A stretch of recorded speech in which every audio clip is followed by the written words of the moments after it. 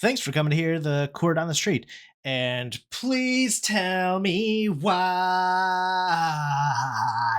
we don't post on our socials and we don't even play Quirtle. Yeah, we ignore the word list until we record. It's no surprise to me that I am your worst host, Vince. That's it. And thank you once again for tuning in to WQRD. On tonight's program, he was removed from the stands at the U.S. Open after giving a fellow spectator a haircut. He will be continuing to wage war on the floppy disk, and unfortunately, he will be required to inform the late Queen's bees of her unfortunate passing. He is your local news host, Josh. You kill me with these. That song was just chef's kiss. Sure. Perfect. maybe it's say like you have artifact. the voice of Fergie and Jesus. I'm a songbird of a generation. I believe it. Maybe it's an artifact of like being too close to the things that you create, but I'm like, this is not my best work. Oh no, it was good. Especially made me chuckle. Okay, cool. That's good. How about you for your section of this intro here? You got a fun fact for me this week? I do. I have quite the fun one. I was reading through them and I thought it was good. So you probably know that snails are pretty slow creatures, right? Yeah, unless they're racing snails, like at the beginning of Neverending Story. Did you also know that they take the longest naps? A single nap from a snail can last up to 3 years. Why is that a nap and not a hibernation? I don't know. What? I don't make the snail rules. But do you make the napping rules? I don't. I think you have enough. Who makes the napping rules? Who makes the napping rules? I assume the person that naps the most. So you're in the running. No. That would probably be my uncle or my father. One of the two. Yeah. Well, we'll see. I'll have to write into the napping. I have seen both of them fall asleep mid conversation with people. So, well, that's falling asleep. You even said it by definition. They're falling asleep and not just taking a nap. Well, isn't falling asleep the beginning of a nap? Isn't napping the beginning of sleep? Get a philosopher on the phone. This is quite the space-time continuum conundrum we found ourselves in. Oh yeah. We here at Court on the Street. Obviously, from this intro, you've divined that we are two just cool dudes, cool as cucumbers, picking words from the word game Quirtle, and talking about whatever the hell we can based on them. I let slip that I don't know about you, Josh. I don't really play Quirtle no more. Shh, they don't need to know. Okay, shh. Cut that out, Josh. I do on occasion, but a lot of the times, no. Yeah, same. I just honestly I forget most of the time. I know. Like it's not that I don't enjoy it. It's I just forget to do it. Yep, it's as simple as that. Like we were sending them back and forth to each other, and I still think that it's a good source for these topics. But yeah, I've fallen off playing a lot. Yeah.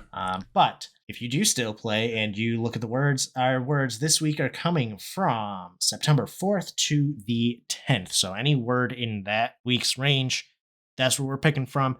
You can see what those words are on our social media, usually Twitter.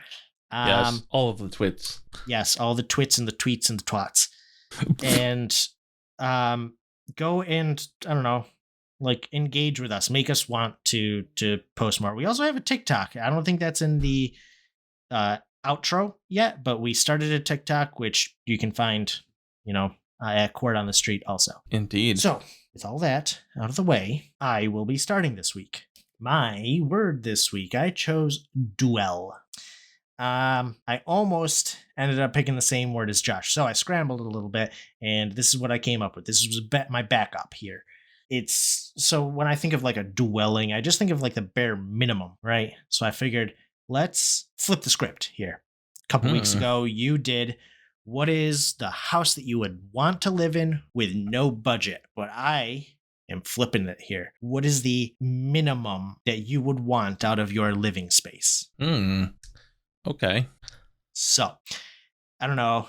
I don't really have a structure for this. So how do we want to do it? Do you want me to go first and we just bounce back and forth, or do we want Yeah. to try to break it down in terms of? No, I think bouncing back and forth is fine. I'm sure we'll All have right. some interjections in between. So All right, yeah. So I'll go ahead and start this conversation out then. I don't it's tough for me.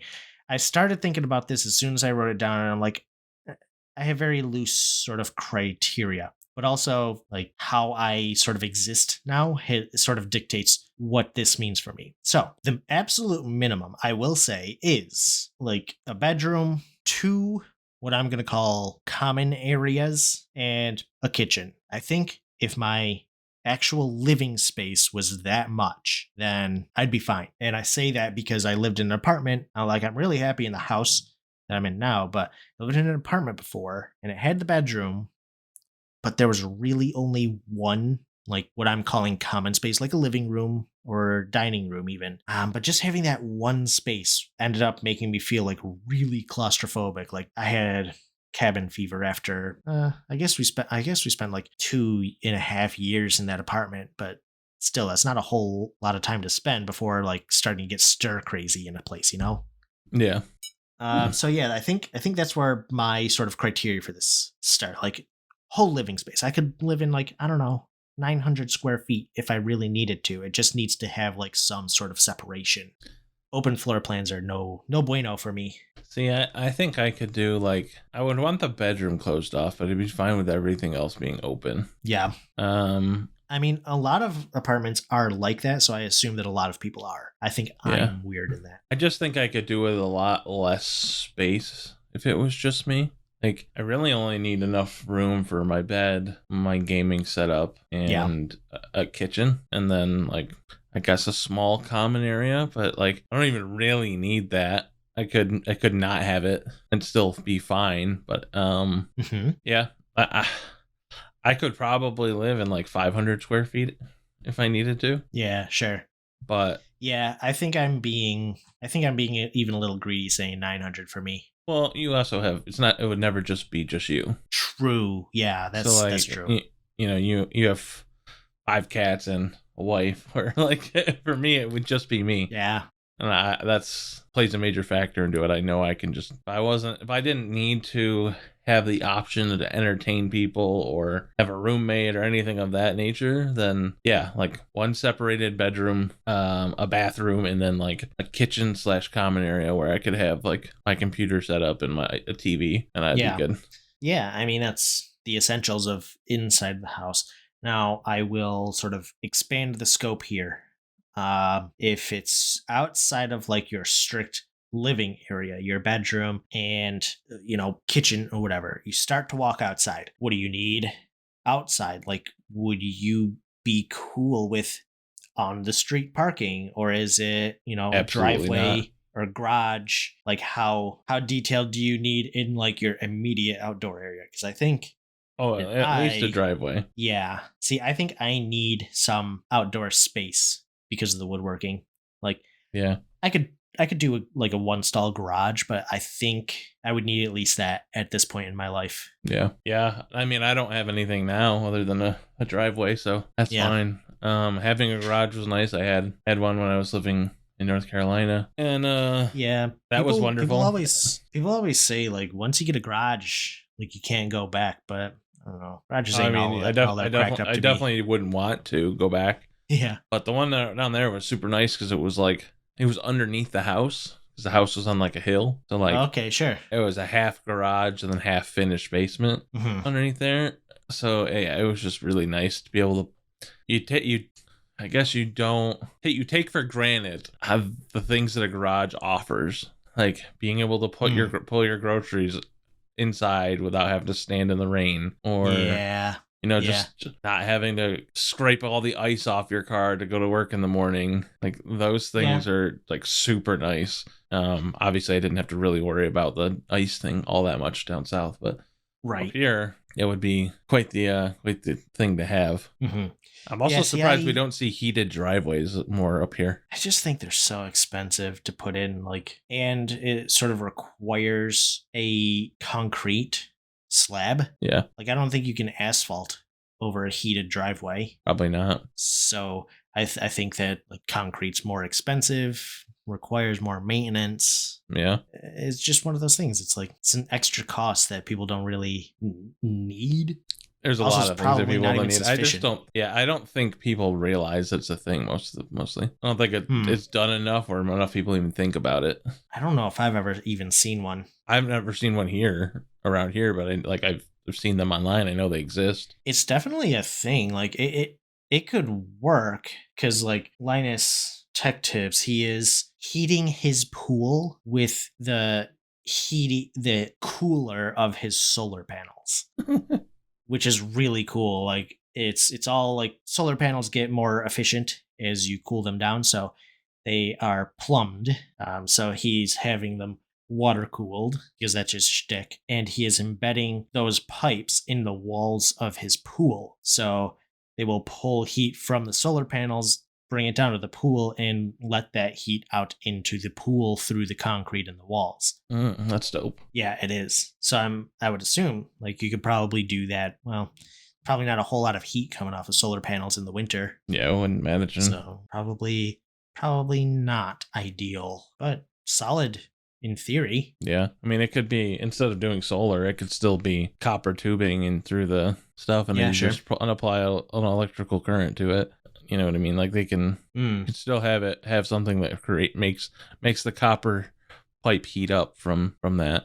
Biggest thing is I feel like it'd have to be coated in something that didn't expand and contract and would allow that to sit in the center but still dissipate heat. So the thing that it was in, its coating would be able to withstand the expanding and contraction from change in temperature, but the actual outer coating wouldn't, change that much, so you wouldn't crack the slab. Yeah, I think that cement is the perfect material to do that. Cement expands and contracts enough that you need to put stress relievers in it. Yeah. And it's non-conductive, so you could put the pipes in there without having to worry about the concrete really eating away at it. It's not going to eat away at the concrete because it's hard enough. Yeah.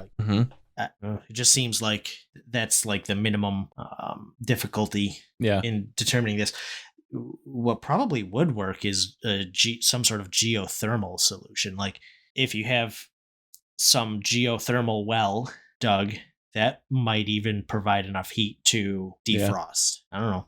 Maybe you have to dig deep enough, but seen people do it. Sure, there's stuff with you could especially for being up here with the snow and stuff, you could even do something with melting that. There's a collection area and it collects rain and or snow and then vaporizes it and then fills the chambers with the heated water vapor to heat the stuff up. I'm sure there's quite a different ways to do it. Yeah, I'm sure. I don't know. Maybe I'll have to look it up at some point because I'm sure people smarter than us have tried to figure this problem. All right. So I'm just going to keep going, sort of expanding the scope here. We did the inside, we did the outside. What is the minimum surrounding area that you would be willing to live with? Now I'm thinking a little plot of land. No, you mean I'm city? Thinking the area, in the immediate area. So I'm specifically thinking of where we grew up. Right, there's nothing around. Yeah. You literally had to drive 15 minutes to get to a grocery store. You willing to go back to that, or are you absolutely not? Nah, shit needs to be closer. Yeah, way closer. Yeah, I got spoiled living down south so much. What you mean? Uh-huh.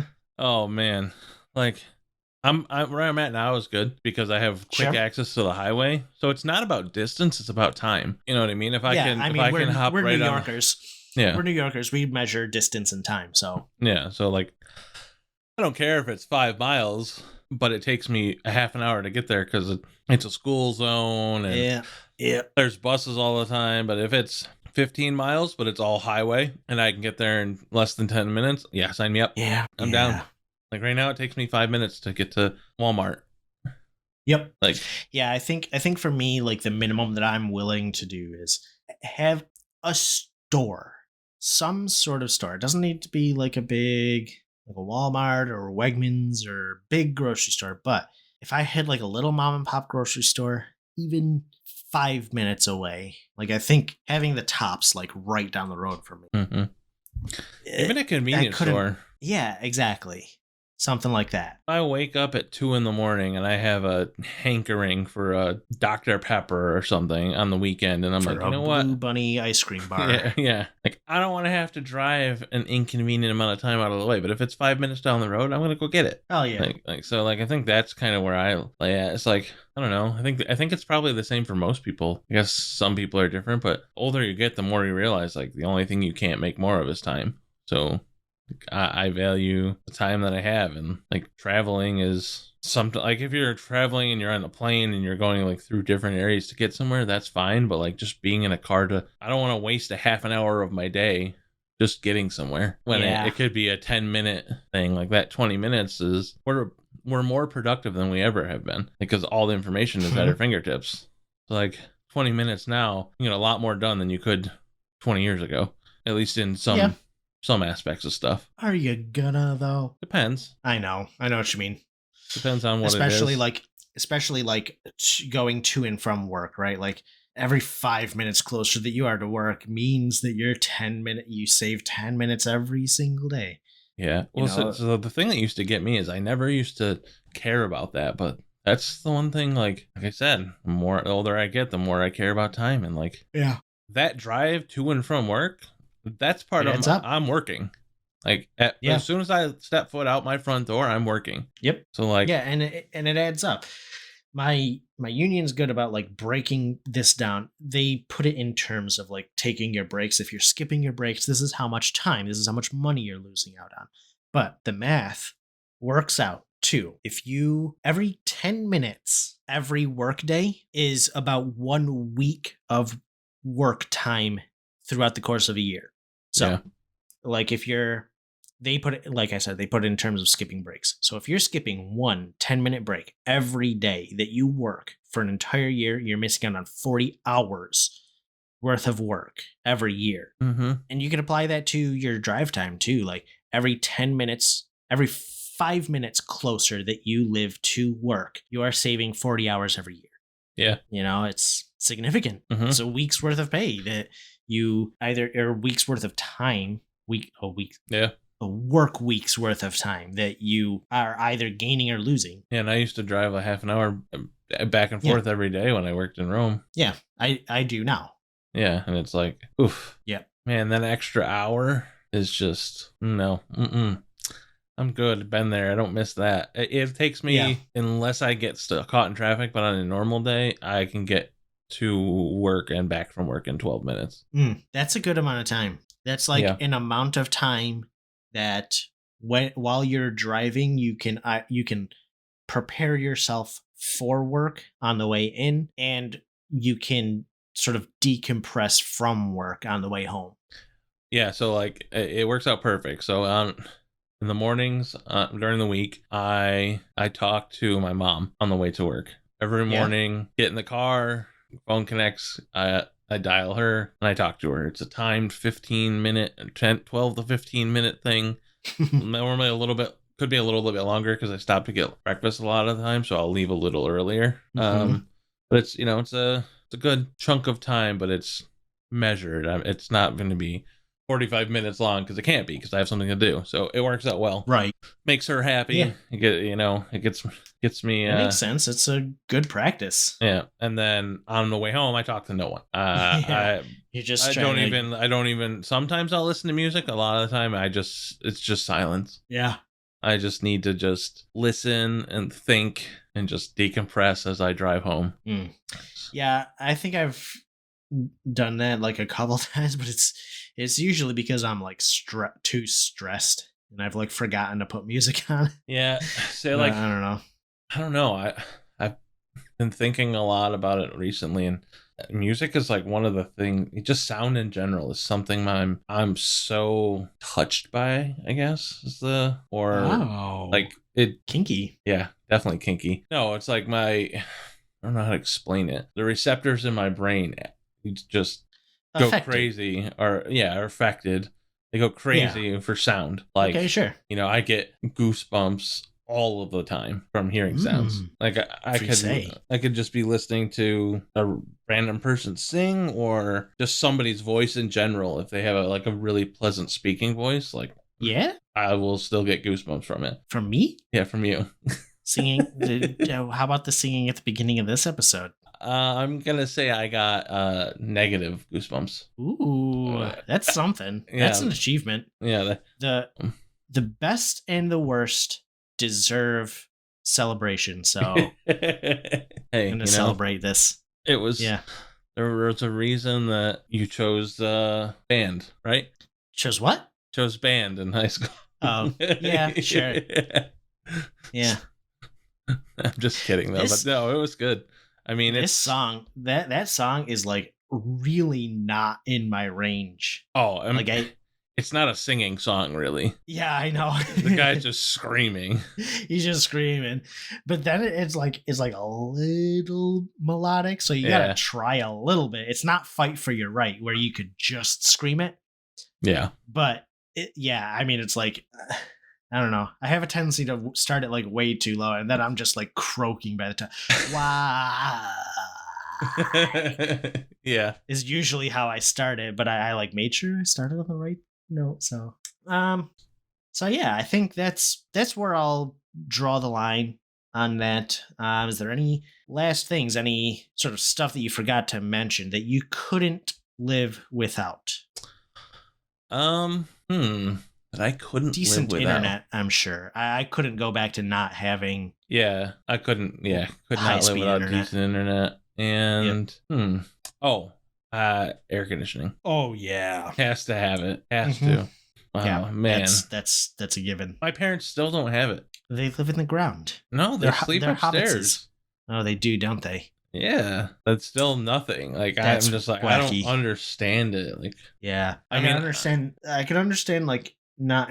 I personally can understand not having an air conditioner in your room. I hate sound when I'm sleeping. I love it. I have to have sound. Yeah, I know. This is one thing that I feel like a different species when I'm talking to people because so many people love having like a fan or a white noise machine or something going, and I am just like, get all this bullshit out of my circle of hearing. I bring my AirPods with me when I come to your house so I can sleep with them in, because I can't normally I sleep with like music playing on I have a Google Home. That's different. And I'll listen to music while I sleep. So like, since I know I'm not going to play music on my phone and where you guys would be able to hear it, I just bring my headphones. Yeah. See, no, I think that's different. Playing music, I think, is different than what I'm talking about. I'm talking about like white noise. Like Sky, when he comes and stays here, he needs us to put the fan in the guest room. Oh yeah, I don't like silence either. Like if I can't have music, I need some kind of noise. Like I love the sound of the AC on. Can't do that. I don't like light, so like I can't do like the TV on. Yeah, I get that. I mean, when we were teenagers and you'd sleep over, I would always have music playing. I have in the winter I have a humidifier running in my living space, right? And I was like, spend the most time in the bedroom, so I want it to be as close to the bedroom as possible to get the most amount of humidity in the bedroom as possible. I was like, I know that I'm not going to be able to keep it in my room. So I put it in the guest room and just like had the doors open, and it was still too loud. I was like, I can't do this. It was the worst night of sleep that I had all year. It's a big fan. It's like the volume of a box fan on low, I would say. Yes, so I would love that. No, it's too much. I don't know. I can't relax with that much noise. See, I think when it's structured, it's different for me. Music, I can do. See, here's my thing is Noise allows me to focus on it, and my brain never slows down. So if I'm in complete silence, my brain doesn't stop because it's like filling the space. But if there's noise, I can focus on the noise, and it puts me to sleep. I got a life hack for you. Huh. I got a life hack for you, buddy. Yeah. You want a built-in white noise machine inside your head? Develop tinnitus. I'm good on that one. I don't think I'm gonna do that. I'll stop. I'm saying, I need to fall asleep. I need a white noise. I got white noise already in my ear, baby. You got built-in white noise, huh? I got built-in white noise. He said, I am the white noise machine. I was born in the white noise, molded by it. You are the white knight. I am the white bane. Yeah, I'm okay with that title. All right, loose ends. I have a loose end. I talked about it once before, actually. Okay. But this it's a video game. It is criminally underrated, so I want to talk about it. It's Gitaru Man. Oh yeah, you love that game. I love this game so much. I'm having deja vu about it. I feel like I've said that exact statement in exactly that same way.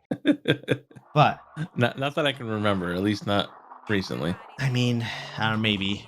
But yeah, it's so good. I don't think you can hear this, but I am playing a song from Gitaru Man into the recording right now. Nope, I definitely cannot. Yeah, I know. It's because of Discord. I have to have a different audio source from Discord in the recording. But this is so good. Listeners, you are hearing B-Jam Blues. It is a song from Gitaru Man. The 2000, I think, masterpiece on PlayStation 2 it's amazing. You play as U1, a boy who is bad at everything, and is a loser, and is ugly, and is a loser. Wow. Then his dog starts talking, and turns out his dog's like an alien and gives him this magic guitar that turns him into a cosmic superhero called Gitaru Man. It's so good. It just gets wilder from there. The song. I thought that was just normal. Doesn't that happen to everyone? I mean, it happened to me and to you apparently, but no, I think we're weird about that. The thing is, like, this game just gets absolutely buck wild. So it starts off, he's defending the city from a flying saucer or something called the Flying O. And you're doing it through, defending yourself against buttons that are flying in from either screen, and then using the analog stick to do sick guitar riffs, bro. In the song that you're playing, though, you have fallen into a different dimension, and you are fighting a big bee man, who is a jazz trumpeter, obviously. But he's kind of like funky also. A funky jazz trumpeter, He's a funky jazz trumpeter bee man, yeah. I can't stress how much he is a bee. Oh. He's got a big bee butt with a stinger on it. Oh. And then... You would not believe it. Yeah, I know. I'm trying to figure out if I just want to describe the whole plot, but probably not. I just want to give the big points. Like, eventually you get captured and you fight a bunch of spoopy skeletons in probably the best song in the game.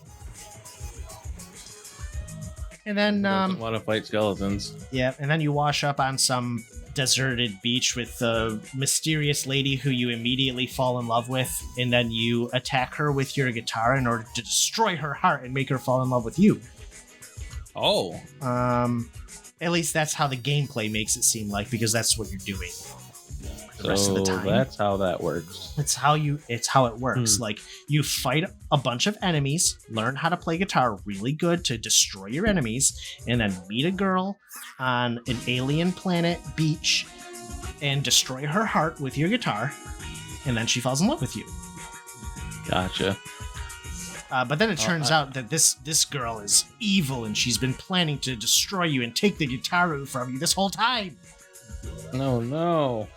But then you destroy her heart even more, and then you fight the real bad guy. Next time on Dragon Balls. Yes, in a real Devil Went Down to Georgia song. It's great. I highly recommend everybody go and watch this playlist of Gitaru Man songs. There's somebody who, in like 2019, uploaded 4K 60 FPS versions of all the songs. And it's so good. And that is the end of the song. So we can stop talking about it if you want, or we can keep talking about it if you have questions.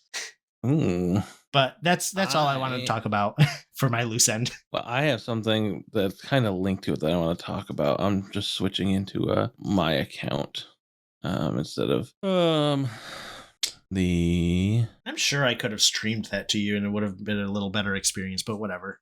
Oh no, that's fine. I knew kind of what you were talking about, but I just want to show you. I'm sure I've heard that. I'm sure I've listened to that song around you before. Oh, most definitely. Let's see. Tap plus. I'm logging into my TikTok account on the computer. Ooh. So that I can show you something. What is Zoomer?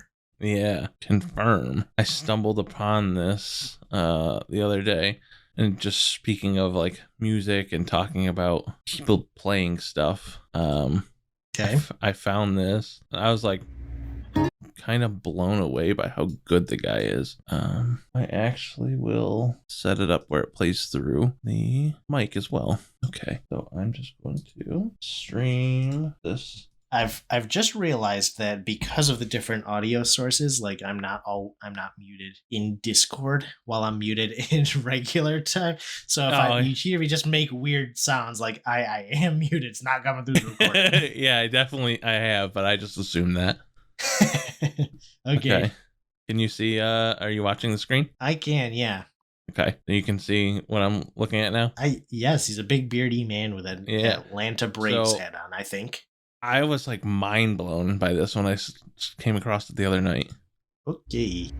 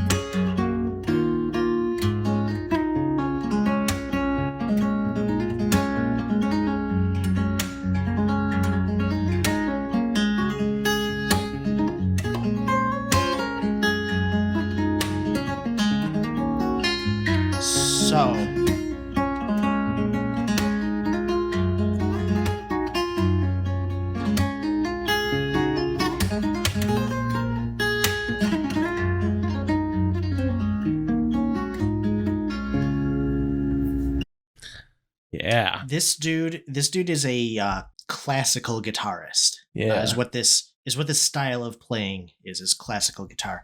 If you watch that video real closely, on his left hand, he's got all of his fingernails trimmed into the shape of guitar picks. Yeah. And he plays with his fingernails. We actually had a guy that played classical guitar come to my music theory class when we were in high school, and he like talked about how to actually play. So if you want to see more stuff like that guy, probably search classical guitarist, and you'll probably see a lot more playing like that with nylon strings and the finger picking. Yeah, like it's that nuts. Very percussive stuff. I put the link to that TikTok in the description of the episode, but yeah, I mean that's just like amazes me. There's guitar players, and then there's that. Like just the ability to dictate everything that's going on in a full song. Yep. It's just crazy. It's just yeah. I don't watch a lot of them, so I couldn't say like on the scale of classical guitarists how good he actually is, but I would say he's decent at Yeah. least for one. I mean, somebody yeah. that could do that at all has just got to be an above average guitar player. Yeah, if you're to the point where you're trimming your fingernails in order to play the guitar a little better, like yes, that is like the level of virtuosity that you don't see a whole lot. But yeah, I do enjoy stuff like that. Yeah, as an extreme amateur guitar player, and I think I enjoyed it more too because it's not a song you would really expect to hear. Mm-hmm. You know what I mean? Like that's very popular these days, though. Like the Vitamin String Quartet doing like top 40 song covers. Yeah, it's just it's a whole thing. Or like Pentatonics. So yeah, they're good. What you got for us this week? So this week I decided to go with the word solar. I stole it from Vince. I took it right from him. Stole it right out from under me, even though I neglected the word list entirely and then chose a word. Without looking what I had already taken. Looking at what you had actually taken, which I could have wicked done. Hey, we live and we learn. And then we get loves. Yeah. So I saw solar, and this might have been the easiest one I've ever picked. I saw the word and my brain was like, ooh, because it's immediately what my brain associates that word with. And it is maps and level design in games, because there is a map in Advanced Warfare, Call of Duty, called Solar, and it's regarded to be one of if not the best maps, especially in that game, but it's in the top for all Call of Duty games. The design and flow of it was just phenomenal. So yeah, it made me think of that. So I thought we could talk over some of our favorite and most memorable maps in games, and then I kind of thought maps, that's kind of a narrow, niche section of video games, but when you get down to it, a level is still a map. It's an area that you're set to play in, even if it's just a story. One's open, you can run around in it. One is dictated by the developer, but it's still a map, a space that they intend for you to exist in and play in and enjoy.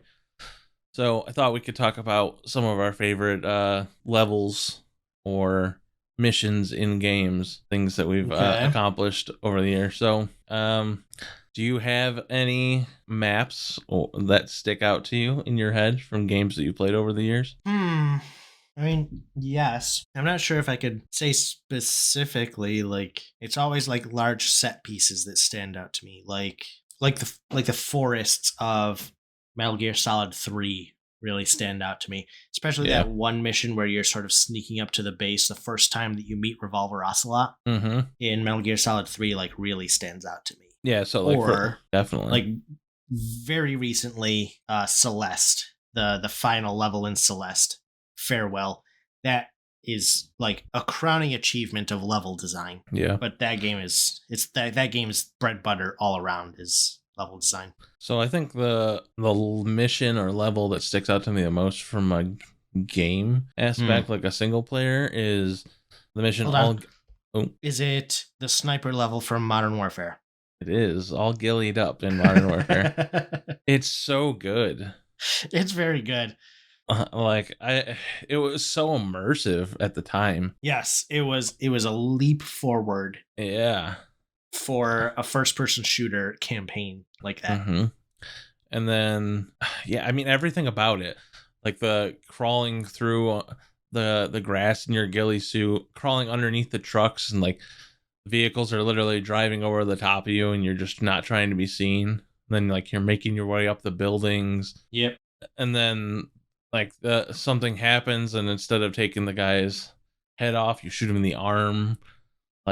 Just everything about that level was so fun. And then for me, obviously, Metal Gear Solid. Some of the best cutscenes in any video game series. And they always are followed up by, or, come after some of the best levels. Fighting, what was his name? Raven? Oh, yeah. In the Tank Man. Yeah, the Tank Man was crazy. You got your rocket launcher and your controlling your Nikita missiles around through this thing. Like, that was so far ahead of its time to have something that crazy to do. Every set piece in that game is amazing, because I'm just remembering the sniper wolf fight too. Yep. Like, that is incredible. You have to keep taking the whatever the medicine is called. Can't even remember what it's called in the game. Something pan. You have to take that to like steady your breathing, like you're fighting back and forth and like in the snow, and you have to listen and look for glares of light. Like, that stuff was amazing. The Psycho Mantis fight. Phantasmin, by the way. What was it? Phantasmin. Phantasmin. Yeah, I knew it was pan something. I don't know. That Psycho Mantis fight. Yeah. You have to like switch the controller and the memory card slots over, or like, I mean, even just the design of that fight, like a basically wide open room. Well, like, and not like an arena or something, like a room. Yep. And you're like, what are you supposed to do? I don't think I figured it out the first time. So I beat. It took me like a while to figure out what I had to do. I think I beat Psycho. I think I beat him without doing the trick the first time. Like, I just bashed my head against the wall until I like figured out exactly the timing of those busts coming flying at you, that I could dodge and get in and hit him once, and he would teleport away. Yep. You could do it the hard way. Oh yeah, it just was that's the thing, is there was a bunch of open-ended things in there. So even the level where you're strapped down in the chamber and like they're torturing you, like you can make it through it or you can not, and it changes the outcome of the game. Yep. Like those things, like having that kind of like, that stuff didn't start happening to like Fable. In like new age games, not in that level anyway, where the choices you made really dictated how the game played. I wonder, because like, well, I don't know. I know that Final Fantasy VI had like branching pathways and good and bad endings too. So like JRPGs were doing it, but not. I'm saying more of like 80 hours long. I don't know. Yeah, I'm saying more of like that style of game. Right. They didn't really have those. The fight with Cyborg Ninja. Inside there, you have to throw the stun grenades and stuff. Like, that game was if anybody is listening and has not played that, I know it's old. I know it doesn't look as good as games do now. Do yourself a favor, and if you can't play through it, watch somebody play through it. Isn't there supposed to be a re-release of it? Yeah, there's supposed to be, yes. A remake of it. But, I mean, everything... remake? Yeah, I don't know if it's... That's going to be bad. Yeah, probably. Yep. I mean, Hideo Kojima himself has said, like, there's no reason to remake it. Like, it was perfect for its time, at the time, with its controls and all the stuff that goes into it. If they wanted to just port it and re-release it on modern consoles, that would be fine. But to remake it, it's not going to turn out well. No, probably not. Especially since Konami has completely snubbed Hideo Kojima at this point. Which is pathetic. I know, right? I mean, that game is... I mean, everything down to the picture on the back of the case being where you get the numbers for the Kodak. Yeah. Just so many things that no other games were doing at the time. The level of immersion that game gave me, I don't know if it's ever been achieved again. Like, it was just... I don't know. Blown away. I mean, it instantly fell in love with that series. And like, that's not like a typical game a kid falls in love with. I mean, I wasn't that old when I played it. Guy was probably, I don't know, 13 or 14 at that time, I would think. What year did it come out? I don't even know, honestly. 2001, maybe? I should know this. It sounds right. Let's see. 98. Oh, damn. Yeah, so it was but I didn't play it when it came out because I didn't have a PlayStation. Right. So yeah, around 2001, I'm gonna say is when I played it. So I would have been like 11. Wow, I'm amazed. I'm amazed that that Majora's Mask came out a year after Metal Gear Solid. You know, Right? Yeah. You wouldn't think so. No. But Nintendo plays by their own rules, I guess. Yeah, well, they always have, and they still do. Yep. Yeah. No, that game was just full of greatness. And then another one that sticks out to me is fighting Stiff, the wolf boss in the first Dark Souls. Oh, yeah. Just something about the scale of the boss to the environment and to you made that fight so immersive. And it was really where I hit my like sticking point. Like I want to say it took me like 2 or 3 weeks to beat that fight. Like I was probably under leveled and shouldn't have been there. Yeah.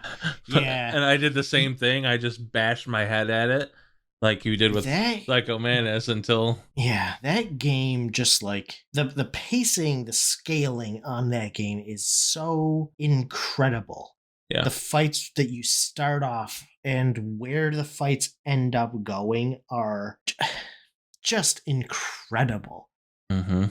Like, what is the undead dragon that you fight in that game? I can't remember its name. I half shit my pants the first time that I saw that.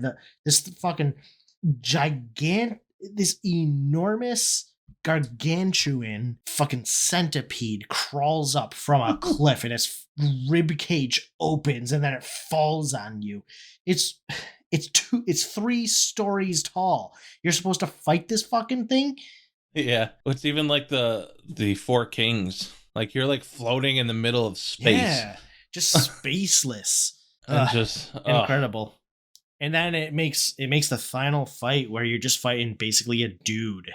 Yeah. All that much more impactful because you fought these huge cosmic horrors. Yeah. And this dude is like the biggest, baddest one. Yep. Yeah, it's crazy. It's just, that's another masterpiece of a game. Like yeah, the second and third one were good.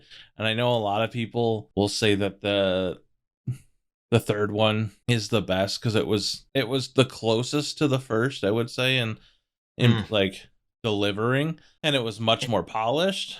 And it had more like quality of life stuff. Yeah, but it did not. You can't repeat timing. I have not played Sekiro or Elden Ring yet, so I can't say because people like say that those games basically shit all over Dark Souls 2 and 3 at least. I don't see a whole lot of people comparing them to Dark Souls 1. Like Dark Souls 1 sort of set the stage and a lot of people sort of left it where it was. Sekiro is more...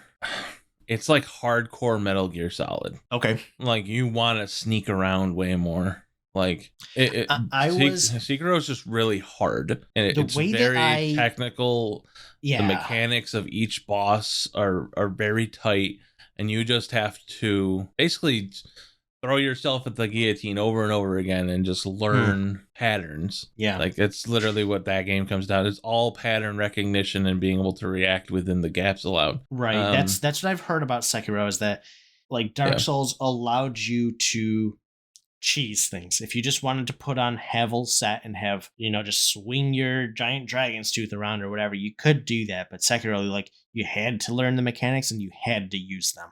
Yeah. Yeah. Yeah, I would say that, but what the thing that Sekiro doesn't do that Dark Souls do is scale. Like you're mostly fighting humans, other dudes on horses. It's not the same scale. Like that's even if you could cheese stuff around, you couldn't cheese a boss. Nowhere near as much. At least not on your first time playing through the game. I mean, okay, yes and no because I didn't end up fighting the Capra demon until near the end of my first playthrough of Dark Souls. And I was like, why is everybody saying this dude's so fucking hard? Oh, because he's supposed to be the first boss that you find, but if you stumble your way around enough, you can get past him without having to fight him. Yeah. So like, yes and no, like that's supposed to be your big introduction into how hard the like required bosses are going to be is the Capra demon. And I didn't get that experience. Yeah. But that means that the next boss that you fought was even harder because they generally got harder as you went through. I don't remember the first big boss that probably the Bell Gargoyles is the first boss that I actually fought. Yeah. Then maybe not. The Bell Gargoyles weren't that bad. Yeah. But I just don't. It doesn't. There's the Minotaur before that. The Minotaur on the bridge. Yeah, it just doesn't. But the Minotaur was basically cheesing anyway. I mean, you just had to jump down on him. But yeah, I mean, Sekiro just doesn't do scaling the same, and I think a lot of it too is timing. Dark Souls, the original Dark Souls came out when there was nothing like it. Yep. There was nothing to fill that gap to make people feel like the old NES days where things were just hard mechanically and you just had to be good at them. They weren't going to hold your hand the whole way through. What's the game designer's name? Masahiro Miyamoto? Yeah, I believe so. A guy at work recommended a YouTube documentary about him. He was apparently just like a Japanese papers man who just worked at a company and yes boss, no boss.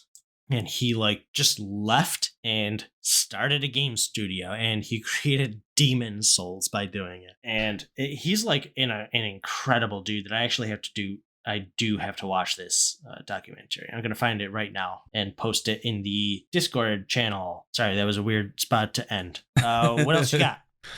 Yeah, I don't think any games have really done it as well. I haven't played Elden Ring. I probably should. I just don't feel like I gel with those games as much anymore as I used to. But I probably should try.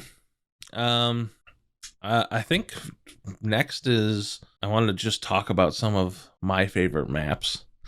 And if you have some that you either agree or disagree or ones you want to add. So some of my favorites from Call of Duty 4, Overgrown. It's a staple. Miyazaki. It's Miyazaki. I knew he had the same name as another famous dude. I just chose the wrong one. Gotcha. Hidetaki Miyazaki. Sorry. It's okay. Yeah. Overgrown. I just feel like it's a staple. I mean, if you played Call of Duty 4 at any time, that map is just at its forefront. I mean, it had such long sight lines. Had the big gully that ran through the center of it, the abandoned gas station, big houses with multi-story windows and stuff. It just played so well, and the scenery was set perfectly. Yeah. And then my second favorite map in that game is Block, which is kind of controversial. I know a lot of people hated it. I loved the symmetry of it, and it was one of the first night maps that we got where it was relatively dark. I don't remember it being that dark. It was inside the buildings. They had a lot of barrels with fire and stuff, and I used to lay down in the shadows with a silenced weapon like a little bitch, play hardcore and kill anybody that would come up the stairs. If they didn't want you to camp, it wouldn't be in the game. Yep. Then we'll move on to Modern Warfare 2. Wasteland is my favorite Modern Warfare 2 map, which is very controversial because there's a lot of maps that people love way more. You little bitch. I loved Wasteland. I loved the concept of this super open map because it really came down to your ability to just quickly shoot somebody or somebody see you. So I would just get a sniper rifle and go to a couple different spots on there and just beam people because they couldn't react fast enough. And I loved it. I dropped so many nukes on that. Oh, this was the big map, wasn't it? Yeah, it's the big one with big open fields with the trenches in the middle. Yep. Yeah, I had to look up pictures because I couldn't remember them by name. But yeah, this map, I think I liked it too because I liked big maps. I don't have great map awareness, I think. Mm-hmm. So big map allows me time to look around and be aware of what's around. Yeah. So I like that too. I'm good at both. My spatial awareness is pretty good, I think. Yeah, but it allowed me to prey on the people that didn't have it. Sure, you liked big maps and allowed you to be, but you also dropped a lot of nukes on Rust too. Yeah, so. which is my next favorite map in Modern Warfare 2. We go from the biggest map to the smallest map. it just played really well. It really did. I did like this map too. The cover that they had in all the different spots, you could tell that they put a lot of time into thinking how people would utilize the areas. And there was pieces of sheet metal and scaffolding and all different kinds of toolboxes and stuff placed throughout. And if you got just enough time to climb the tower, like you had a 360 view. And then people are fighting over there. But I tell you what, the best place, I never got really nukes from doing that. The best place on that map to get a nuke would be on the back left corner, like where how you can climb up onto this platform and then you could get up on the pipe that runs along the back wall. That back left corner on that platform, you can get up there and you would just set a claymore so that nobody could jump up on you. And you just the 3 major sight lines. You like just play left, the right, heady. and diagonal. You could lay down, they couldn't shoot you, they couldn't jump up on you. So that was where I would play to get the most nukes. To this day, I have my most kills ever in a game on that map. You and your friends would purposely not call it. You would have a contest, see who was the first person that could earn a nuke, and then once all of you had it, that person would call it in. Yeah, I think the most I had was fucked up. Most kills I ever had on that map. It was 124 in one game, which I couldn't even imagine doing that now. I was just a little crackhead in high school, you know what I mean, that played way too much Call of Duty. Now it seems like it's very, very, very unlikely that will ever happen. One of the next ones that stands out to me the most is going to be Guardian from Halo 3.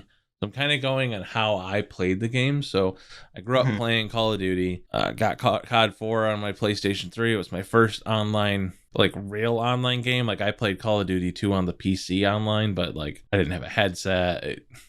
It's on a janky laptop playing with a trackpad, like just not the same experience. Oh man, that was really something, wasn't it? Yep. That's how you sharpen your skills, by playing on a trackpad. Guardian and Halo 3. So I eventually ended up getting a 360 to play with some other friends, and instantly that map became a staple. Just using the airlifts to jump over people's heads and then hitting them in the back with a sword, or just all the different ways that you could bounce jump up onto platforms above people and just play mind tricks on them. Like it was just such a well-designed map.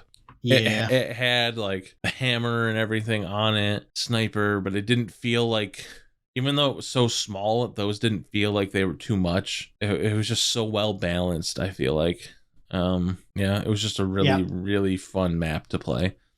That was that's the map that Derek's brother Keith had that shot on, where he dropped his sniper into the lift and then went over the lift, grabbed the sniper in the air, and 360 headshotted someone. Yep. It wasn't even that. It was more impressive because he threw a grenade at the sniper rifle from across the map and popped it across a gap to him. Yeah. Blech. Yeah. Crazy. Disgusting. Disgusting.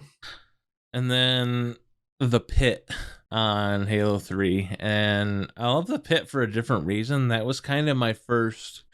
Ooh, yeah, pit's a good one. Yeah, that was kind of my first interaction with like playing doubles, because you would get that a lot with like team doubles snipers, because they had the two towers that are across each other with the snipers. So I don't know. I just love the symmetry of that. I love when a map can be designed with symmetry and it still plays really well. Like there was obviously little bits of difference between like the sides. Right. But it didn't feel like one had an advantage over the other. Yeah. I don't know. I love that. When it comes to Halo, for me, like I played Reach the most. Yeah. And man, I'm looking at the maps. They're all very good. It's so hard to pick a favorite for me in these maps, but I will just pay lip service to Halo and say that Blood Gulch Like in any iteration that Blood Gulch has ever shown up in a Halo game, it is one of the greatest maps. In Reach, it was called Hemorrhage. I was listening to people talk about like what a shit show Halo Infinite has been, because it's been in the news lately. Their roadmap just came out and they're like, we're canceling split screen. And also Forge is coming in open alpha like later in the year. And it's like, what are they even doing? They're like, they've released 2 maps since the game came out. In the same amount of time, Halo 2 released 9 maps. When there like wasn't resources to be had, and you had to like ask people to download this thing. Now you can just hot patch a map in if you really wanted to. You make it in Forge, just hot patch it in. They've made 2 of them. And they're like, that 20 minutes after they actually release Forge, someone's gonna make Blood Gulch and make them look like absolute fools for taking 8 months to make 2 maps. And so same thing with Halo 2. This map has been in multiple games, but Lockout is just plays so well. It's like Halo's so I'm not a big fan of verticality in Call of Duty. I just don't think it handles it well. Because it's like boots on the ground. Now when you're obviously in like Advanced Warfare and stuff where you had the booster pack, that's different. But in boots on the ground Call of Duty games, verticality I feel like doesn't play well. It doesn't feel good. It takes away from the experience for me. I just doesn't feel the same. Hold on. Sorry to interrupt you. I'm remembering that one map in one of the Modern Warfares where you could get up on the crane. You could break bounds and get up on the crane, climb all the way up to the high rise. You could, if you got all the way out there without anybody noticing, you just had free reign to just snipe everybody. It was so cheesy. So like because you have more abilities in Halo. You can jump higher. You kind of have the moon bounce. You have the ability to grenade jump and stuff. It allows verticality to play better. The lifts and everything. Like Lockout played so well. It was such a vertical map, but it just played perfect. I will never forget playing on it. I mean, Halo, I don't really know about this, but Halo had kind of more satisfying close range combat too. I'm not confident in saying that. So whatever. No, it did because you had the shield, so it wasn't like right. Somebody couldn't really surprise you as easily in Halo. Like the worst you're gonna get is like an energy pistol shot beatdown. You know what I mean? Like, but even then, you can hear the energy pistol coming around the corner. Like, it might surprise you and you might die, but it's not like you're not just insta dead the minute you see him. And I think that's another factor into why verticality works better is you're going up and down, you don't have long sight lines. So if you end up face to face with someone, like if they get the jump on you, you're not just immediately dead because you're so close. I also think the damage multipliers and stuff are different. So headshots matter way more in Halo than they do in Call of Duty.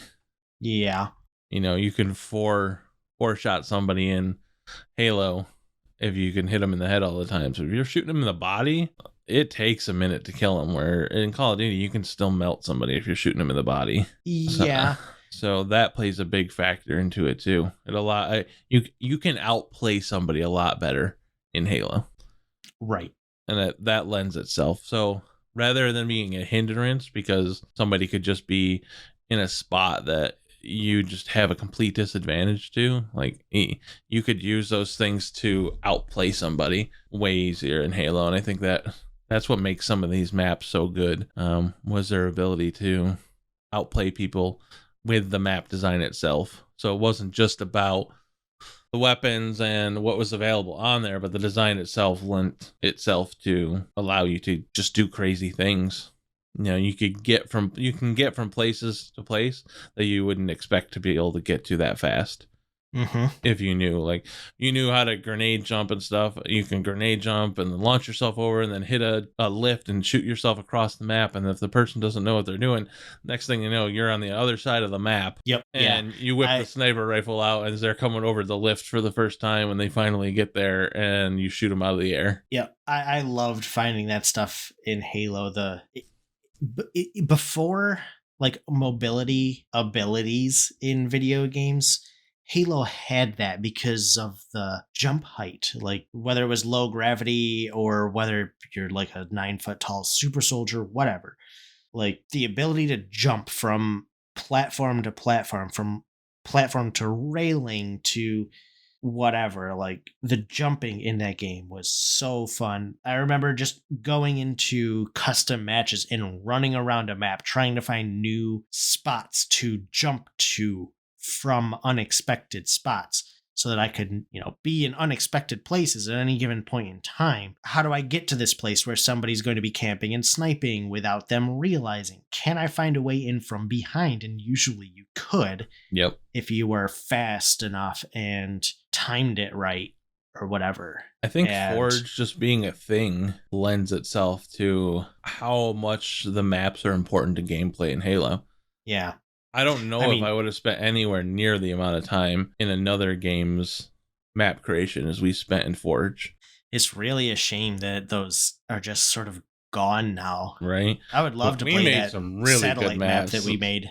We made some killer maps. Yeah. Like, not to toot our own horns, but like they were real. Satellite was so good. Satellite was a good map. It played so well from like a competitive standpoint. It was just fun. Like, man. And thinking about it, like, it was cramped. It was not a big map, but because it was built on the side of that hill. Yep. Like, it just did something that I don't think I had felt in any other map. Yeah.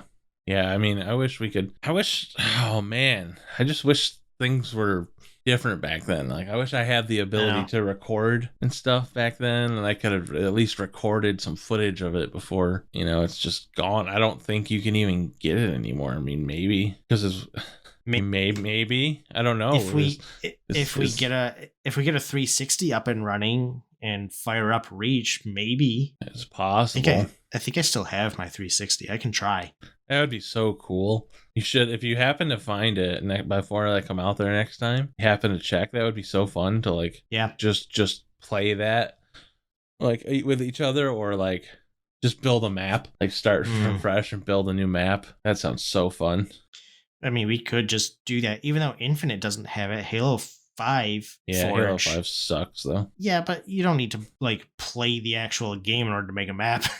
Yeah, but I would want to play it after. I know. And the game is so bad, I wouldn't want to play it with the mechanics.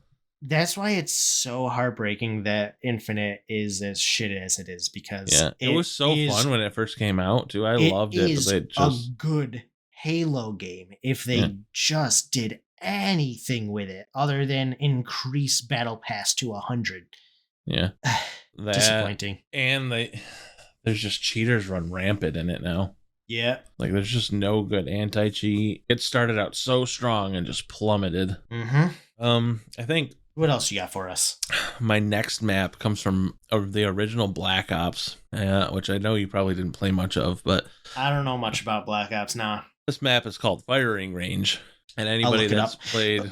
Hold on, before you get too far into it, I have a question for you. I've been meaning to ask. What games did Dr. Disrespect work on? I know he worked on Modern Warfare 3 and Advanced Warfare. Okay. Yeah. Just for my own sort of information. Solar was one of the maps he worked on. Okay. So it's kind of like, ties perfectly. Your question ties perfectly into the topic. Firing Range and Black Ops. It's a staple in Call of Duty. I would say it's kind of like the Rust of Blackout. Of Black Ops. So it's small. It's got one central vantage point in like the nest area, and then a bunch of small little hallways. It's a little bit bigger than Rust, but it plays very compact and crowded. Super fun. It looks like it's mostly buildings except for alleyways and one medium-sized like arena in the middle of the map. Yep. Yeah. Just plays really well. Super fun map.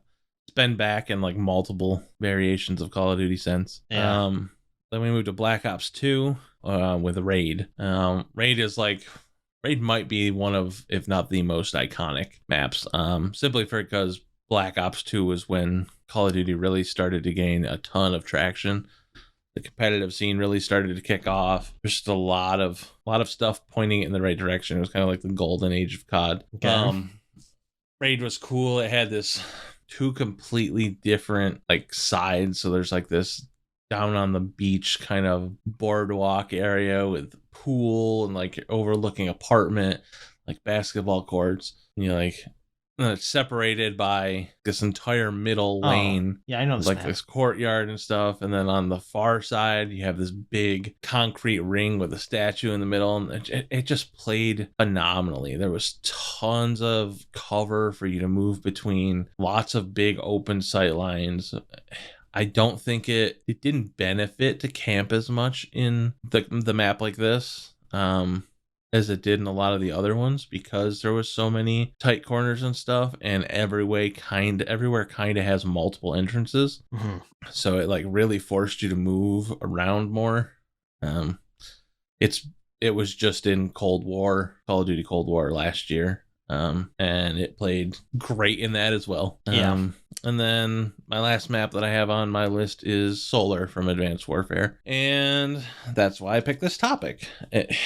It was just, I don't know, just perfect. It's like, imagine you have, a typical good, like, competitive style map has 3 main lanes on it, right, left, middle. And I can see that. It's hard to create those lanes with a lot of verticality, especially when you think about the fact that this was one of the first games that had like advanced movement. You had your thrusters and you could like bounce up into the air. So there was a lot of walls and stuff that you could go up over, buildings that you can get up on top of.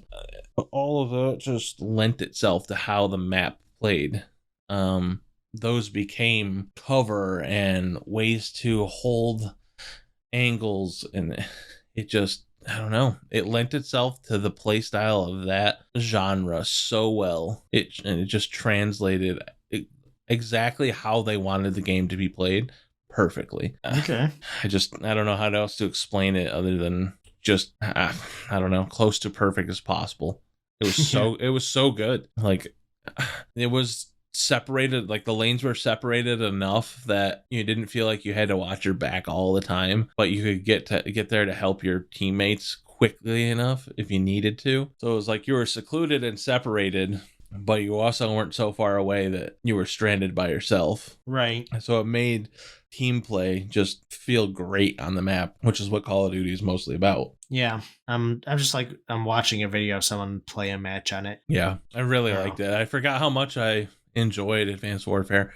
Like, I love the boots on the ground Call of Duties, don't get me wrong, and Infinite Warfare was garbage, but yeah, Advanced Warfare was super fun. Yeah, I mean, it just added a new element to it. I don't know, I liked playing Call of Duties like with people, right? But I don't think like Call of Duty is not the type of game that I would play on my own. I'm watching this clip and it just seems like so slow. Even this Advanced Warfare clip that I'm watching just seems so slow from a gameplay perspective. But that's in comparison to like Halo, yeah. I got nothing against it. It just No, I mean, it's definitely slower than a lot of other games for sure. Yep. But yeah, I see what you're talking about with this map. Like, there's distinct sight lines, but with the mobility, you could like basically vault them if you really needed close to. The gap if you needed to. Yep. So like you could be separated but together at the same time, and it allowed so much strategic team play. Yeah, it made it so fun to watch. It was the perfect amount of separation that it allowed for just really, really good gunplay. Yep. On there. And I mean, that's really all you're looking for on a map, is that kind of experience where, you look forward to playing on it because of what it has to offer. There's a lot of them. You could tell they just try to fit the theme of the game and they just throw stuff together. And it's like, that doesn't work. More exploded cars and Health pack. Yeah. Put this bar in there. Yeah. Put a room with a bar in there. I don't know why, but put it in there. Yep. They can have a drink to power up or something. I don't know. Yep. Well, I think that's it for me. I think that's the end of my topic, but I do have a loose end. You do? I do. And that is kind of ties in with your topic, even though that wasn't planned because I'd written this loose end before we started recording. Okay.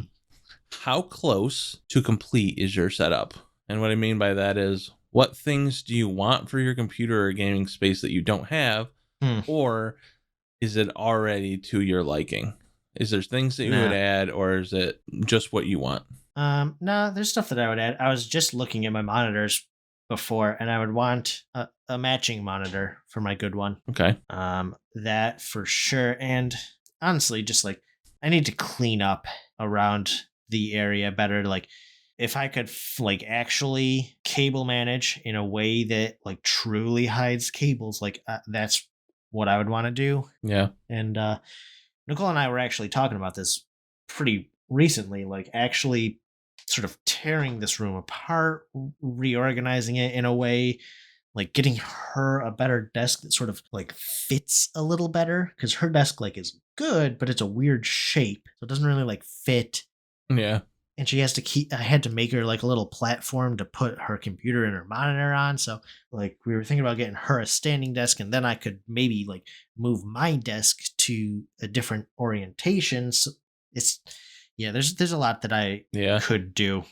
Well, I mean, with woodworking too, like I feel like you could really make yourself whatever like style or size desk that works best for your space. I could, but I know it's a lot of work, but I mean, it would allow you to take advantage of the room a lot more. Yeah, I like the desk that I have. The one issue that I have with the desk that I have now is like it's an L-shaped desk, and I like the concept of an L-shaped desk. It's just there's not as much leg room as I would want to have. Okay.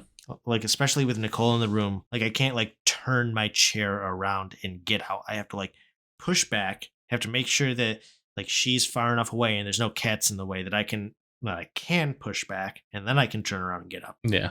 But so if I orient this desk in a different way, like I may be able to fix that issue. But I don't know. I have to try a bunch of stuff. It's just so hard. Yeah. It's a big project to tackle. Yeah. See, the reason I brought it up is like, I think I'm like pretty much done. Yeah. It's really not a whole lot that I need or want to add. That's good. I mean, you just got the Go XLR, right? And yeah, I got the Go XLR. I have the triple monitor set up. I have a really nice headset, a nice microphone, wireless keyboard and mouse, a good computer. Did you ever get the monitor arm set up that you wanted? Yeah. Okay. Oh, I don't. We never talked about that. Or if we did, maybe. Do you need like the plate? Nope, I found one that has a bigger surface area. How much did you pay for it? Oh no, it wasn't a mount; it was included with it. Oh, okay, good. I'm saying it had a bigger surface area for going around the bottom. That's good. That's good. I really actually would have been mad at you if you paid more than like $10 for no, like a tension plate or whatever the hell they called that stupid thing that cost $25 for a little piece of metal. Yeah, I can send you this because I don't feel like scrolling down to the other one, but that's fine for now. This was me watching football on Sunday. I just sent you a picture. Well, it's in the process of sending. Okay. Where? Like on my phone? Yeah. There it is. Oh yeah, that's nice. Yeah, so I got. Oh, that's another thing that I do want to do is make noise panels. Yeah, but I like make a big difference. I know they do. I just want to do it right.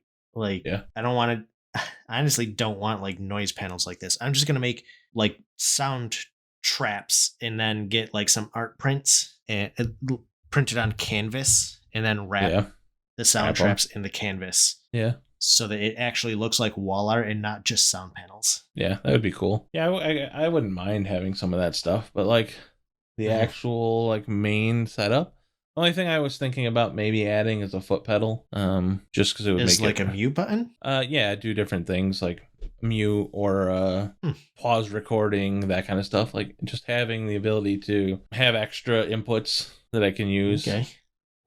Sometimes I'll lean back. Like right now, I'm kind of like lean back because I have the long microphone arm, so I'm not like. Yep. It would be uncomfortable for me to use my mouse and keyboard in the position that I'm recording at the moment. By having the foot pedals, like I could still do that without like leaning forward. Yeah. I should probably get a mic arm. That's probably the easiest upgrade that I could make. I know it's expensive, but I could not recommend the Elgato mic arm anymore. Like it's $100, but it's so nice. And the ones that you spend for $20 or $30 on Amazon are just hot garbage. Like they work, but a normal microphone weight over time causes the metal to bend. I mean, they're just like cheap. Oh. Really cheap, that's like no good. hollow metal frames, you know what I mean? Like, yeah, that's why I had to get rid of my other one because it had bent so the way they work is there's the clamp that goes into the desk and it's got a hole in it, and the arm has a peg that sticks out of it, and where the peg and the actual mic arm connected bent down so that the base of the arm would scrape my desk. Oh, that's no good. Yeah, so there's like chips in the front of my desk from that. And this one alleviates that. It has a much nicer base. It's got a locking kind of like ratcheting handle on it for you to loosen or tighten it on there, which makes it super nice. Then it's got a pole that sticks up like from there that's part of that base, and then the actual arm pushes into there, so your pivoting point is much higher to begin with. It allows you to basically do like straight across from there rather than like at an angle from the down at your desk angled up. It's almost like level with my chin where it starts, but like on my microphone, if I wanted to stretch completely out, could stretch a full 5 feet. Is it the Wave mic arm? Yes. And I have the regular one, and there's LP low profile, which would like swing underneath your monitor. Oh.